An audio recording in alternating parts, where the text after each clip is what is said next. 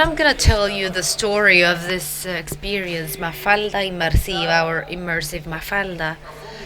That's deeply rooted to mediamorphosis. That's why I chose the name for this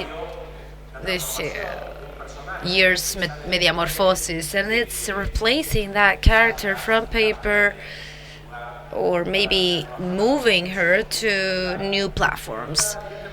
That's what I'm gonna talk about. But it's just linked to the anniversary of 10 years since I'm the one who created this space that's called MEDIAMORFOSIS and who's producing Mafalda Immersive. It's very linked. What you see here is Mediamorphosis 2014. This was the first edition in Buenos Aires of Mediamorphosis when we started to think how media changed and how the narrative started to evolve. This was in 2014, and at that time, the production team were my children, and these are my children today.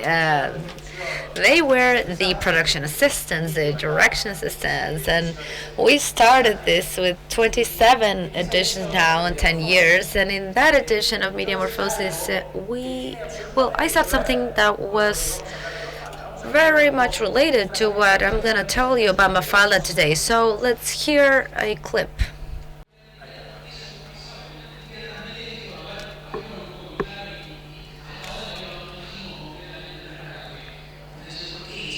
What is that exactly?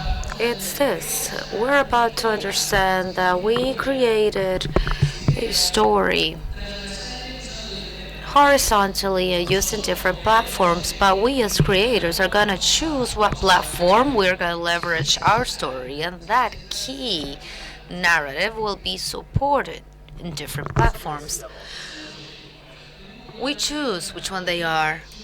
I choose to use the old printed paper or my iPad, or if part of my content is going to be shared on the web, I adapt my story. I decide where I want to showcase it. I could use traditional media, innovative media. Will decide. What's important is that there's a storytelling, there's a thread. If this starts in one network and then it moves to another one, it's a way of telling a story. It's narrating a story differently. That's what I said 10 years ago in Buenos Aires. It's a way of telling a story where the basic concept was transmedia.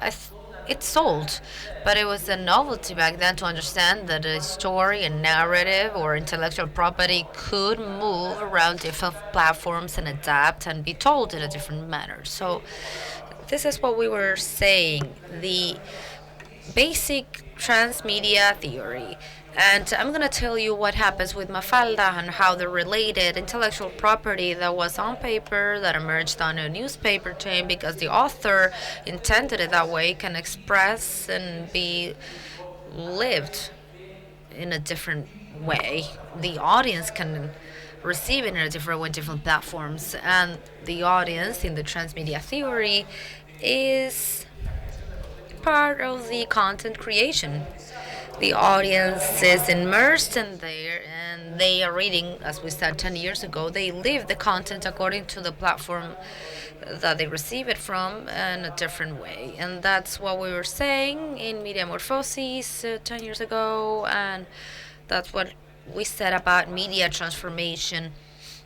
And the transformation from spectator to producer, and it was something that we were starting to understand, and we saw that it was happening to Mafalda. Mafalda was for everyone. It would appear on protest on a sign because it belonged to everyone. It was painted on the streets, on the walls. It's in our desk because we want to have that cutout from that magazine. Mafalda was embraced by the users, and they said, we became consumers, and then the audience is moving from being spectators to being active, responding, and this is what it's about. It's about Mafalda to face different ways of expressing herself. It's a wave of technology. Who worked here before in technology live what we called the mirror of technology. Hey, Che, this is cool. But are we in the right time to create that content? Are we in the right time to build a tech content that will reach the audience that way? It's about being really at the moment where that audience is ready to see the content. I made a lot of mistakes at that point. The first one was in '98 when I bought the Fontana Rosa stories um, and the copyrights. I couldn't create the story because I was too ahead of myself. The market was not prepared. I couldn't transform it into real content, but it was very local also. It was aiming to a specific audience and it was hard to market.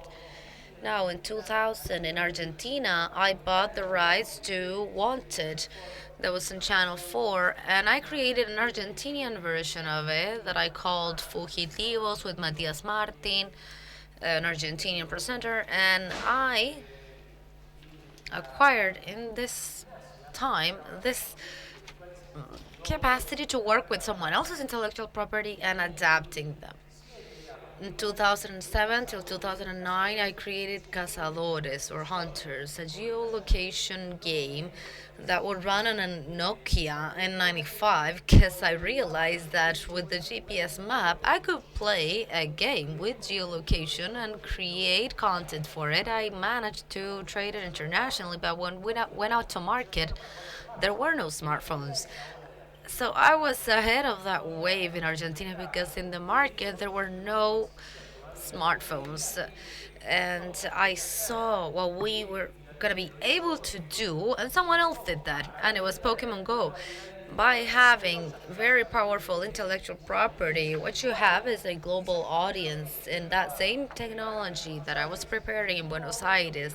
At the very same time, Niantic was preparing it in the US and in Asia. They understood very well the concept of audience and they rode the wave very timely. And this is one of the things that I shouldn't have done. This is another failure. Have you heard of this song? Have you ever heard this song in Chile? I bought the rights to this song to make the bear. You know, I'm gonna get the animation movie. I'm signing here with Morris, the iconic author. But I tried to do it, but it was barely known in the southern cone, so it didn't have a market. So based on this, and in MEDIAMORFOSIS and working in media in general, I was thinking what could be the production for me because I came from the traditional productions and I wanted to move. I was in Marruecos, in Rabat in 2022. I had an epiphany back then, and Mafalda came to my mind, and I realized Mafalda was intellectual property, was a cover that it was in everyone's mindset, like in everyone's mind. Everyone knows of her. I know that the other one was not as known as Mafalda. So I started to do some research on Mafalda. Mafalda is Quino's creation, a beloved author by all who was born in the 20s, I think. I need to turn around. Oh, it was in the 30s. He created Mafalda in 1964, and 64 from 63 were the years of publication, and then Mafalda was then published as a book. It emerged as an advertisement for appliances, kitchen appliances, but then had an international journey. She was beloved by the whole world, and in 73, Quino stopped with Mafalda, but the works kept traveling around the world. He really was joining her, but he stopped creating more content about Mafalda. Quino is very well known globally. His work started to appear on squares, on the streets. Everyone everyone could get a copy, and his work was received by his family, the heirs to Mafalda. Mafalda was translated to a lot of languages and published in diverse media around the world. Mafalda, as I was saying, has been translated to a lot of languages, and it maintains the universal language, including feminism, veganism, if you read into it carefully, about peace. And there's environmental awareness on the 60s when these topics were not addressed, so that makes her still very relevant. Mafalda is an icon in Argentina that's equivalent to Messi, El Papa, or the Pope. Che Guevara, but Mafalda doesn't speak of Buenos Aires or Mar del Plata. Quino speaks of a city that it's their own city. For all of us, it's our own city. And why? Why do we think about creating an immersive experience of Mafalda, which is what I'm here to tell you? Because given the popularity of the character and how relevant it is and how beloved she is, it was fully on paper except for some animations in the 90s, but there was a possibility to reconnect with their audience that loved her so much. So that's why we saw that latent opportunity, bringing her to other platforms that would reach other audiences that were probably not reading her. That's how we created this, and Juan Jose Campanella is creating a series for Netflix. There's also a documentary film that's on Disney Plus. You can see it. It's very beautiful, directed by Mr. Munoz. That's called Rereading Mafalda, where he tells a little bit more about the history behind her. The challenge is about connecting to the youth, to the adults, keeping the work intact, giving it a playful perspective so that it's not a static work. And the target audience that we're aiming for, who do we want to reach with this Mafalda? It's an international audience, different from what I was telling you before, because Mafalda was translated to a lot of languages and was really loved in France, in Portugal, throughout Latin America, including Brazil. It was translated to Portuguese.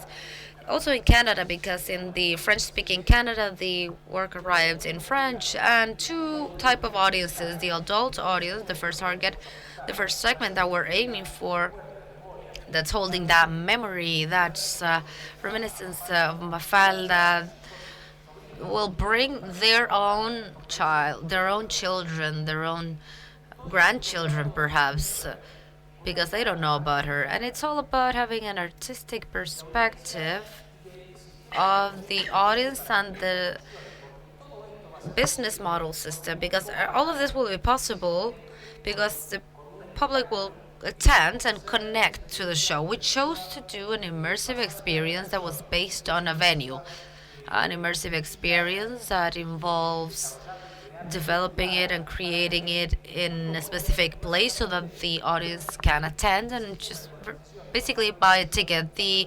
monetization system for immersive Mafalda will be to buy a ticket and linked or relate to the Mafalda world. It's the oldest system in theater and shows. Buy a ticket.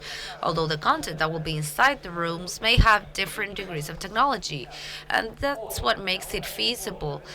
Today's technology wave in 4 5 years will change also its monetization or its marketization, but with that, today we are making the audience willing to participate and find it. These are more or less the territories that make Mafalda have that scope and become a project that is internationally marketable.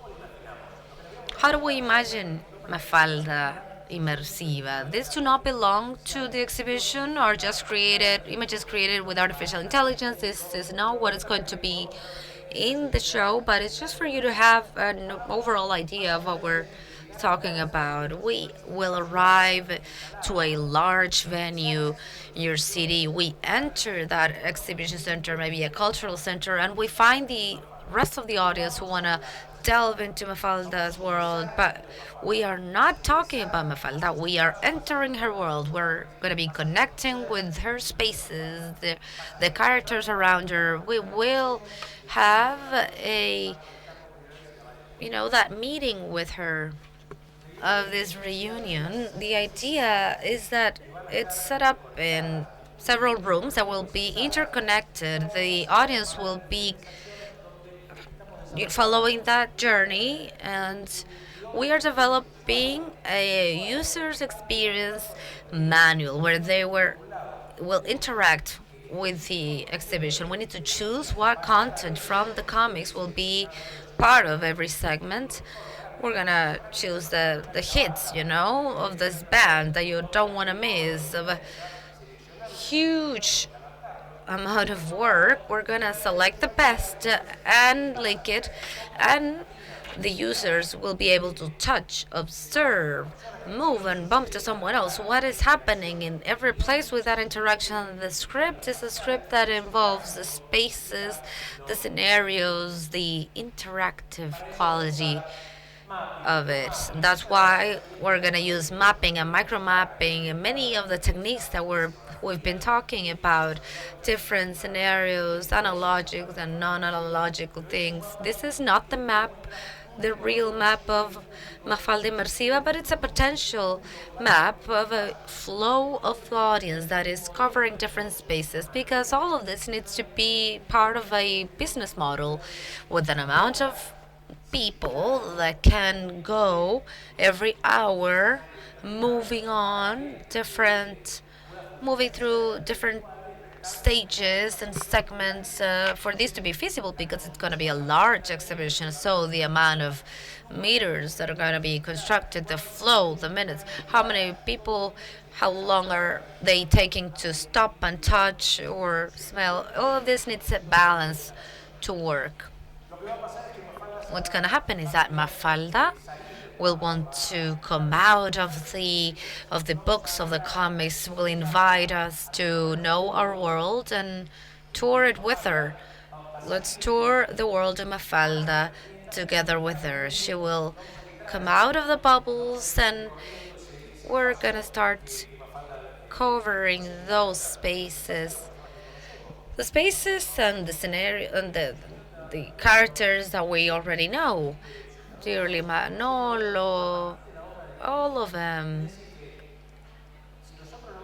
Now, if we manage to transfer this piece of work by leaving it almost intact, but just changing the platform, it's such an extraordinary work. It's it would be it would have to be really messy. Our work would have to be very messy for people not to like it. We need to intervene as least as possible. We're gonna have different kinds of projections, as you can see, with the different characters. Here are the different characters, as I said. We're gonna have digital experiences with augmented reality. We're gonna have immersive experiences with virtual reality, maybe with 3 or 6 degrees of freedom, where these are gonna be spaces for the children, different ways of participation, maybe art stations so that they can actively engage and draw digitally and analogically. We're gonna have Instagrammable spots because people want to share what they do, and we see that wherever Mafalda is sitting on a bench in a city in Argentina, people take photos with her. It's a human need almost to share what we do, what we eat, what we see. And we're also going to have a segment dedicated to its creator, Quino. We'll tell about who he was, what did he do, the rest of the works that Quino did that were not necessarily related to Mafalda. The development of the project starts with a research about Mafalda's world. We're working with people defining and going through the work because it's very long. We're defining the comics books, the unforgettable moments of Mafalda, the objects, the world map, the turtle, the Citroen car, the kitchen, all of it. And what we're gonna find here, leveraging the content, we are doing international research on this, and I was lucky enough to tour New York, Paris, Londres, Barcelona, and I was watching what the international standards were about this technology, the VR experiences and immersive experiences, because we're gonna reach audiences in 2026 and we want it to be relevant by then. So we want to think about what's gonna be happening there based on what's happening now in different cities around the world. We need to be current. We need to be up to date by that date. So after covering all of these capitals in the world, we saw that technologies are more or less what we have here. Very well used and poorly used, but more or less the same. What changes is the degree of investment, of course.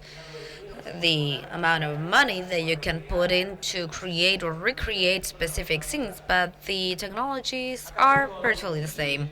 Here I am with Guille. Guille is this Guille. Guille Lavado is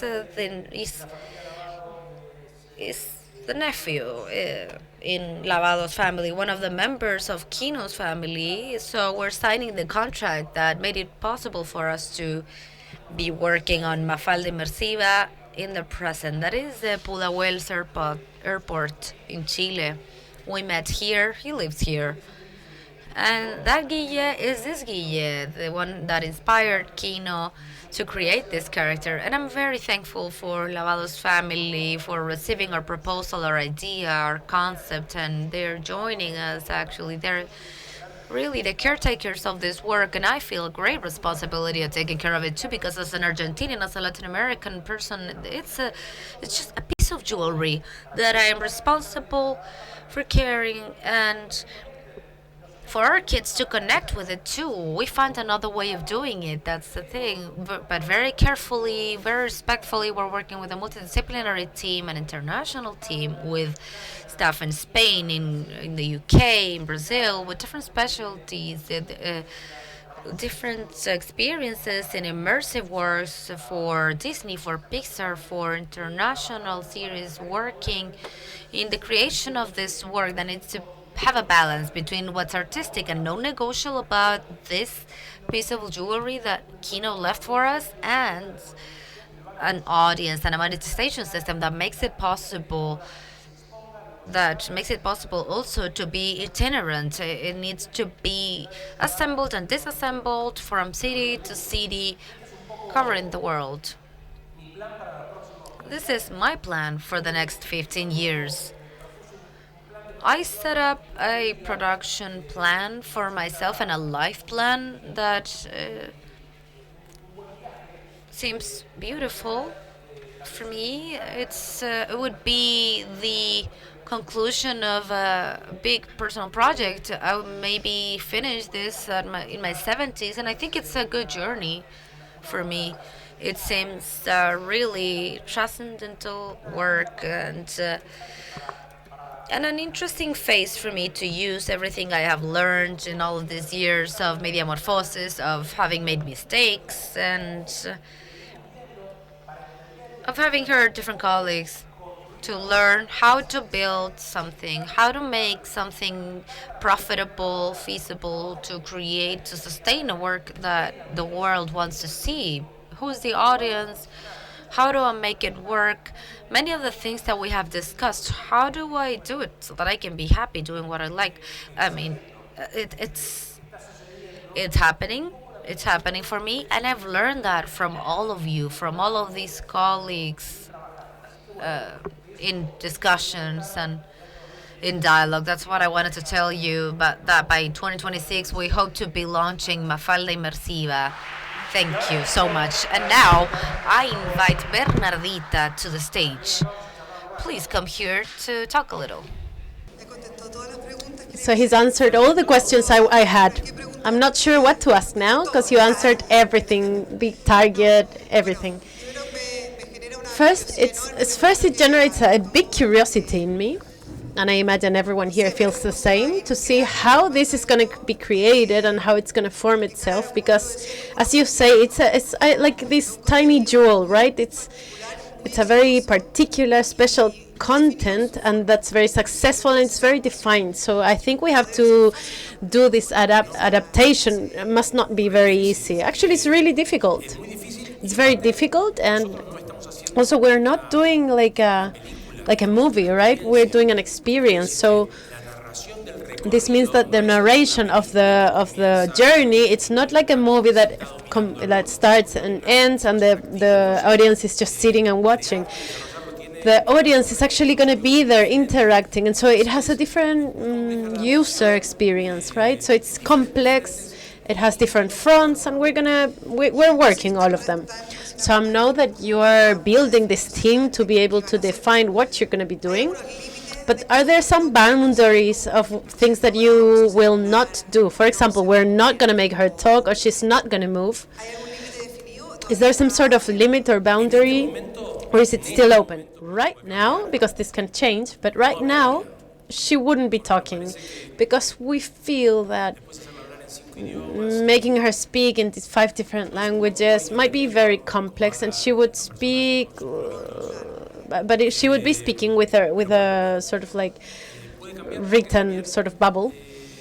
But this can change because we are working in parallel with a series that's going to be linked with us. We're working together so that there's only one Mafalda, and it's probable that they might have to change or touch something. I'm sure they're going to put a voice to her, and I think that's very complex. Is it 3D?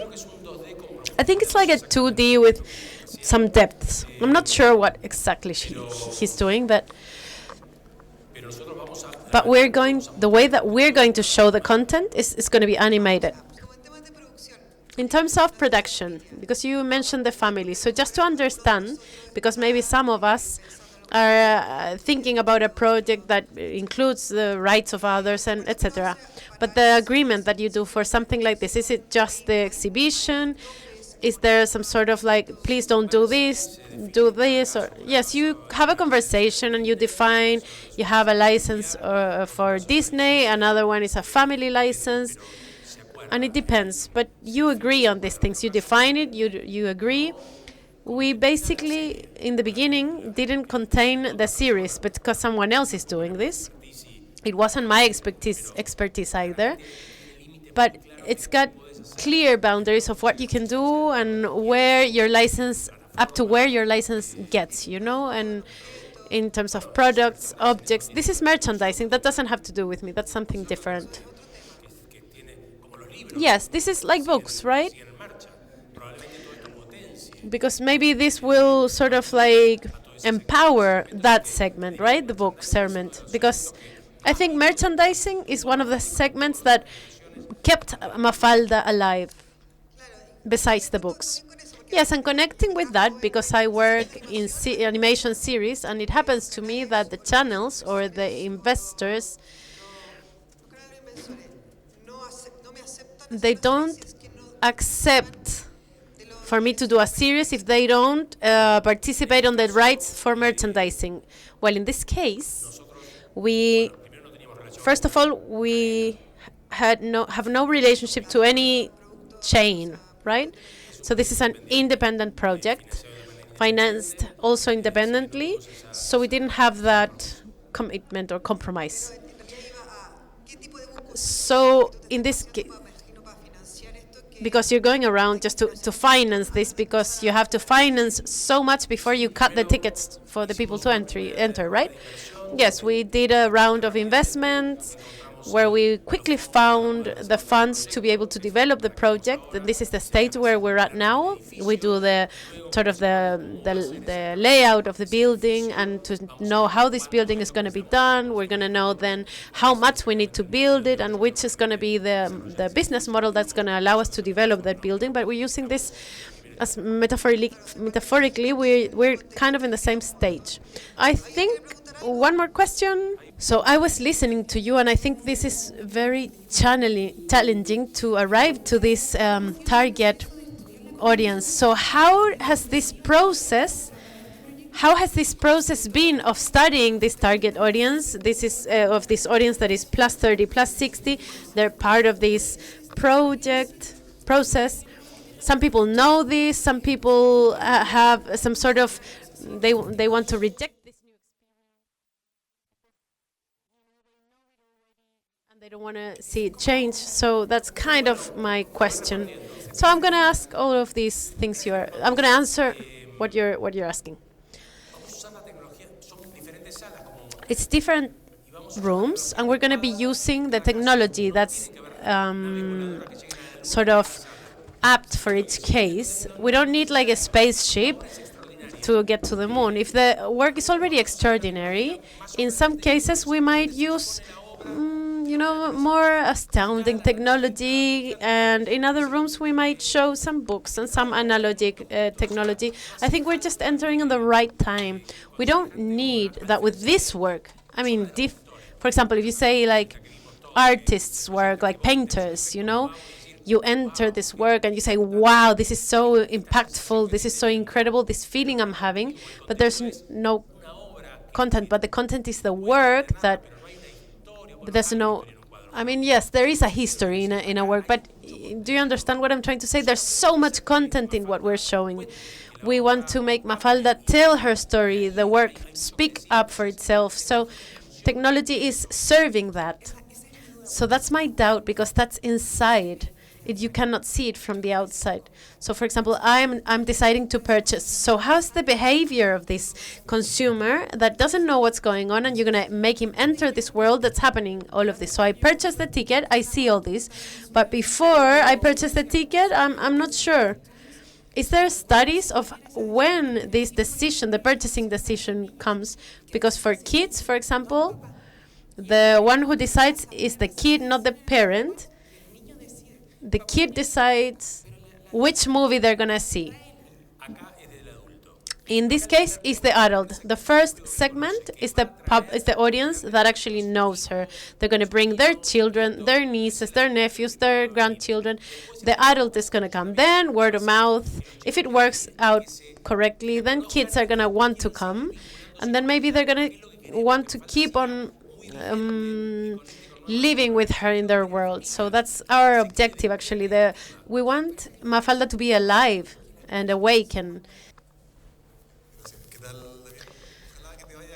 I really hope you are very successful in this, because it's a good hope for us to have, this iconic character out there in the world. So what I want to ask is, not your model, not your business model, but the business models you've seen in these location-based experiences. So each model is different, because I imagine in a big city you can sustain with ticket selling, in other places via sponsorships. So what are the main business models that exist? Because you have to set up a structure, and maybe not every venue is going to have the flow to pay to be able to profit with this. So what are the business models you see? They're combined. It's ticket plus sponsorships plus different merchandising, for example, food. And it's a combination of all of these elements. So venues have to have flow, because otherwise you don't go to that venue.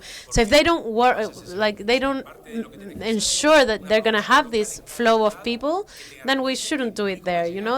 That's a partner in each place. It's difficult. In this case, like the platform is more theatrical. So it's going to be a theater. So where, in Corrientes Street, or where? With which player you're going to go? So you have to define that earlier.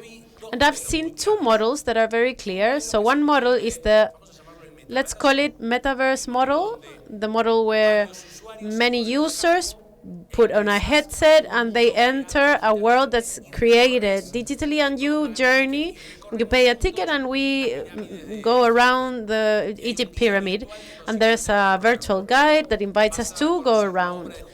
Or you're going to get to meet the work of Julio Verne, or you're going to see, for example, how the earth was in the old times. So you enter this metaverse, but public. It's not in streaming, so that's model that's in Barcelona, in this place that's called Ideal, or Immersive in France. It's a model, but we consider that it's not the right model for our audience. And then there's others experiences, immersive experiences, that with different technologies of massive projection, giants, of like rooms in museums, etc. They always have ticket selling. So the monetization system is a theater system of 1970s. The same theater, they sell a ticket, Immersion in streaming, it's not really monetizing. They're not making money, not the way we need to be able to sustain all this. So the model is selling tickets and sponsorships.